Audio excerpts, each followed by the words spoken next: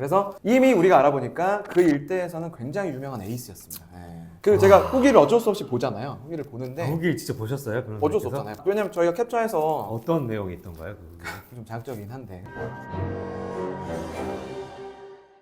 안녕하세요. 자, 오늘은 법무법인 정향 같은 펌에 계시는 이승우 변호사를 모시고 진행해 보도록 하겠습니다. 안녕하세요. 안녕하세요.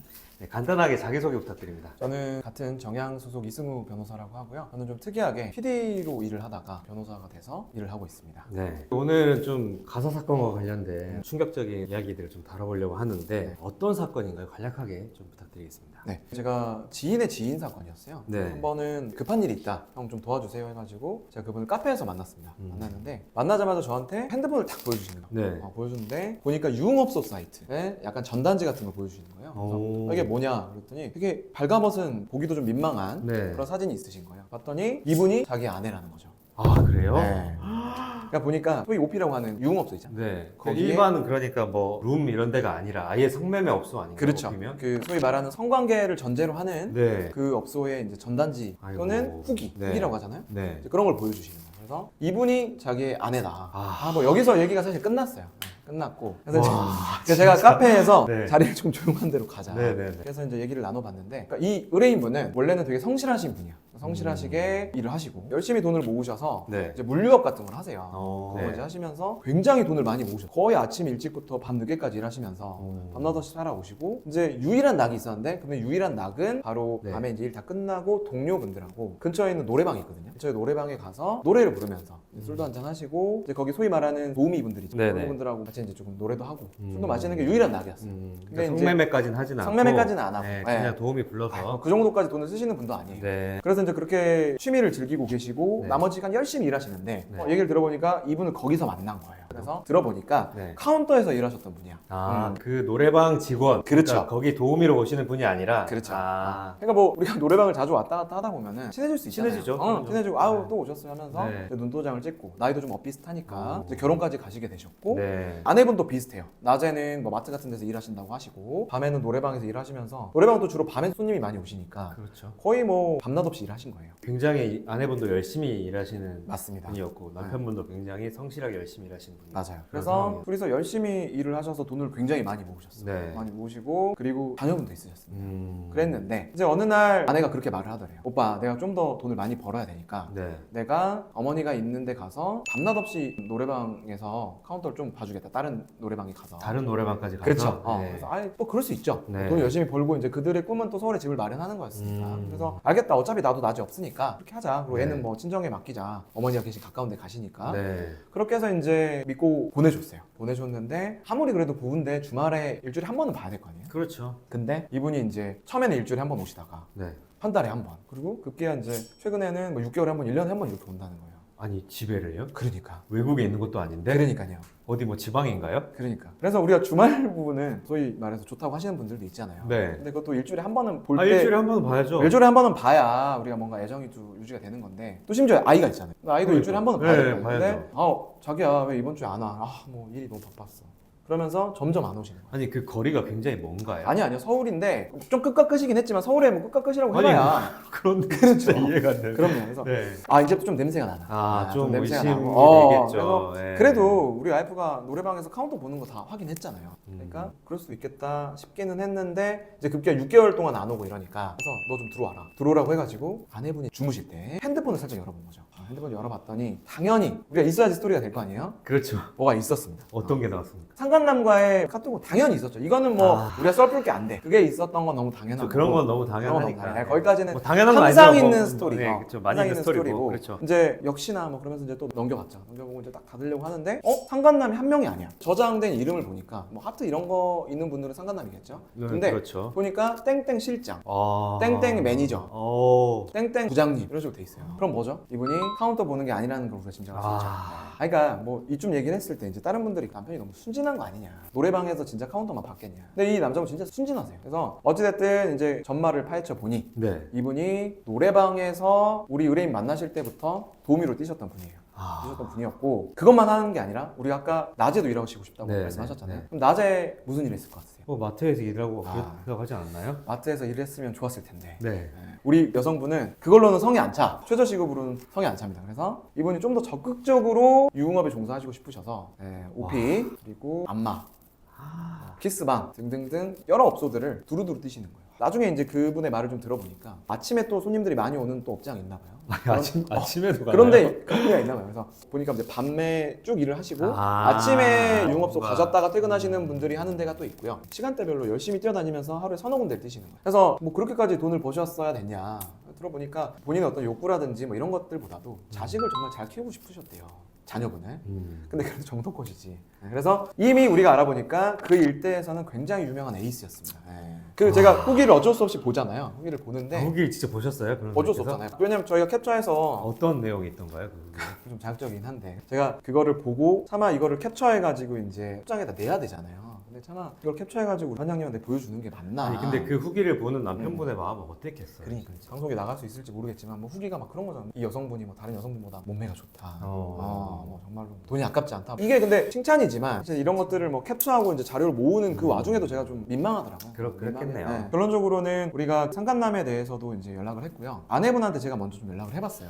이거는 뭐 소장 날리기도 사실 민망해요. 네. 민망해서 아내분하고 좀 얘기를 해봐야겠다 싶어서 먼저 좀 말씀을 드렸더니 아내분이 처음에 저희가 핸드폰을 본 걸 모르시고 부인을 하시더라고요. 아니 나는 되게 정당하게 일을 했고 남편한테 잘못한 거 없다 얘기를 하셨는데 이제 제가 만나서 싹 보여드렸어요. 보여드렸더니 근데 그런 얘기 할 때 옆에 또 따님이 같이 계신 게 너무 마음이 안 좋았어요. 안 좋았는데 어찌됐든 뭐 그렇게 하면서 이제 아내분을 조금 얘기를 들어봤더니 아내분도 나름대로는 열심히 살려고 하는데 남편이라고 인정은 하시는 것 같아요. 사랑은 상간남 분들하고 하셨을지 몰라도 네. 남편하고 우리 가정을 깨고 싶지 않았다. 근데 내가 할 수 있는 노동이라는 거는 결국 내가 이런 일밖에 할 수 없었기 때문에 어쩔 수 없었다는 입장이에요. 사회 통념상 통용될 리가 없죠. 그래서 저희가 아내분하고 잘 설득을 해서 결국은 이제 조정으로 마무리가 잘 됐습니다.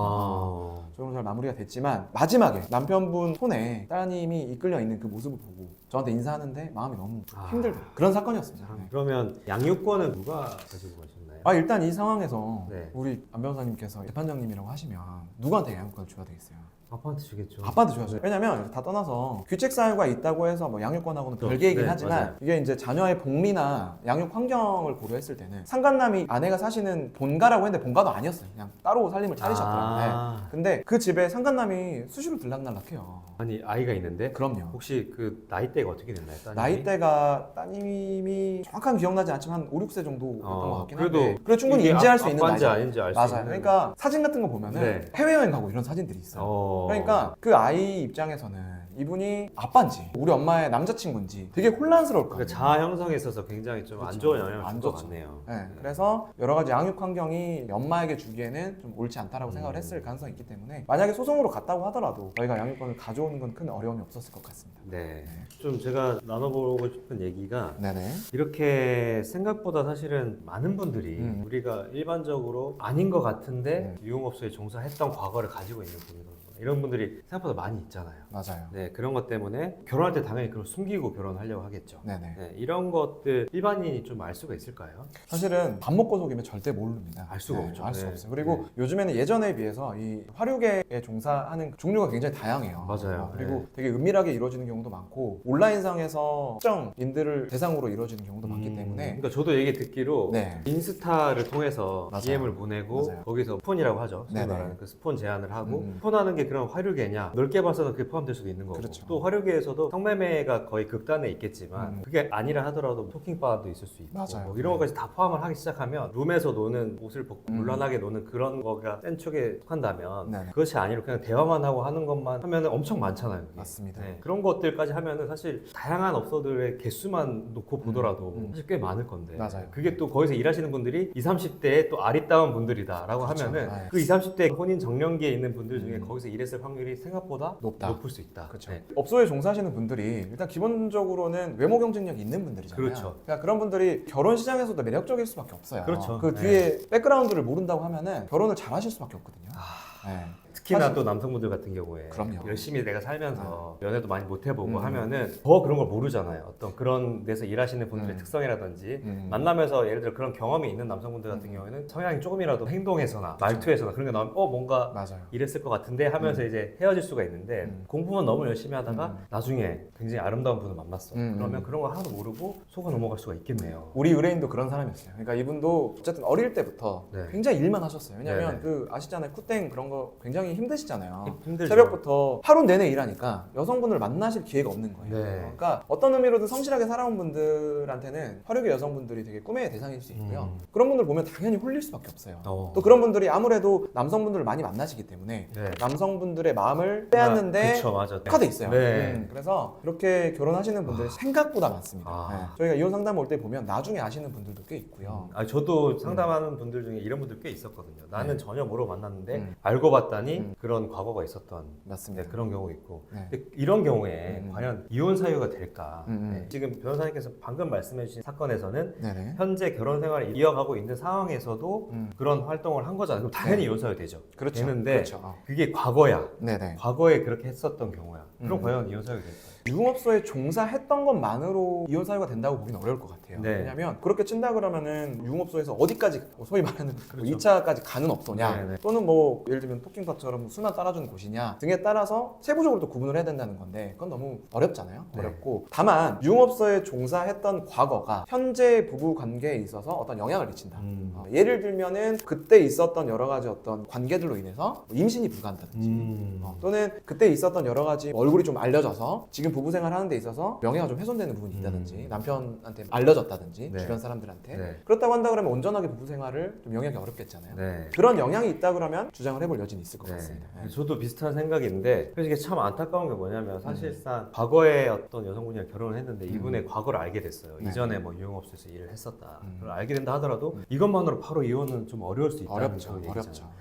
그러니까 남성분들 입장에서는 이거를 굉장히 좀 어려운 상황이 발생할 수 있는 상황인 거죠. 그러니까 반대도 많아요. 반대도 여성분들도 결혼하실 때 네. 남성분들이 유흥업소 다녔었던지 맞아요. 궁금하다. 맞아요. 그죠. 네, 그런 얘기를 그쵸. 하세요. 네. 아, 나는 유흥업소 다닌 남자랑 결혼 못한다. 그렇죠. 근데 어떻게 네. 알아요? 똑같죠. 반대 어떻게 알아요? 반대. 네. 그래서 예전에 막 그런 거 유행했었잖아요. 한남 사이트 한남 한남 패치. 한남 패치니 업소녀분들에 대한 신상 까발리는 패치도 있었고. 네. 근데 이제 그 명예훼손의 소지도 있고 그래서 이제 지금은 뭐 없어졌긴 하지만 사실 알 수 없습니다. 네. 양쪽 다. 아, 그래서 참 배우자를 고를 때도 네네. 참 이런 부분을 조심해야 되는데 네네. 생각보다 이전에 그런 경험이 있었던 여성분들 꽤 많이 있을 수 있다. 그렇죠. 네, 이런 네네. 점 좀 조심해야 될 것 같고. 네네. 아 그리고 제가 잠깐 얘기 듣기로 아내분이 그렇게까지 남편에게 엄청난 죄책감을 느끼지 않는 상황이었다고 말씀하셨던 것 같은데. 맞습니다. 네. 그러니까 이제 아내분의 얘기를 저희가 들어보려고 만났다 그랬잖아요. 근데 네. 거기서 우리 의뢰인분이 더 크게 오해를 하셨어요. 왜냐면 보통은 아무리 그래도 바람 피신 거 걸리면은 보통은 미안하실 거 아니에요. 사람이라면은. 근데 이분은 뭔가 좀 문제가 있으신 건지 아니면 정말 그렇게 생각하시는 건지 자기는 물론 상간남에 대해서는 조금 미안한 기색이 있었습니다만은 정작 제일 중요한 업소를 나가셨던 거에 대해서는 자기는 떳떳하다는 거야. 왜냐면 자기는 어릴 때부터 이런 일을 하셨대요. 그래서 나는 이거 말고는 돈 벌 방법이 없는데 뭐 그럼 내가 어떻게 돈을 벌라는 거냐. 지금 우리 남편 그다음에 우리 딸 이렇게 호의호식 하는 거는 내가 열심히 유흥업에 종사하기 때문이 아니냐라는 거야. 그러니까 그게 말이 안 통해요. 기본적으로 이걸 제가 설명한다는 것부터가 아니 너무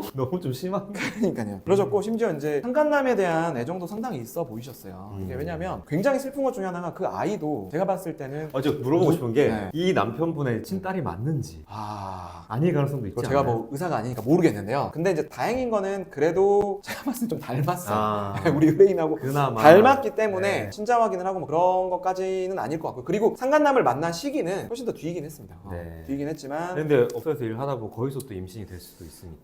그렇죠. 뭐 그렇게까지 파고들면은 뭐 네. 사실 한도 끝도 없는데요. 네. 이제 근데 제가 봤을 때는 그래도 따님은 우리 아버님하고 좀 닮긴 했어요. 근데 그게 뭐가 중요하겠어요. 마음이 아팠던 네. 사건입니다. 네. 그래서 부모들끼리의 문제도 있겠지만 음. 따님이 저는 참 걱정이 많이 되네요. 그렇죠. 그렇죠. 미래나 다 형성에 있어서도 그럴 것 같고. 네네. 오늘 이렇게 또 이수구 변호사님께서 이런 이야기로 너무 자극적인 이야기는 아니 괜찮습니다. 괜찮습니다. 왜냐면 이렇게 영상을 보시는 분들은 이렇게 조심해야 되는구나 이런 것도 알 수 음. 있기 때문에 오늘 나오셔서 감사합니다. 네, 감사합니다.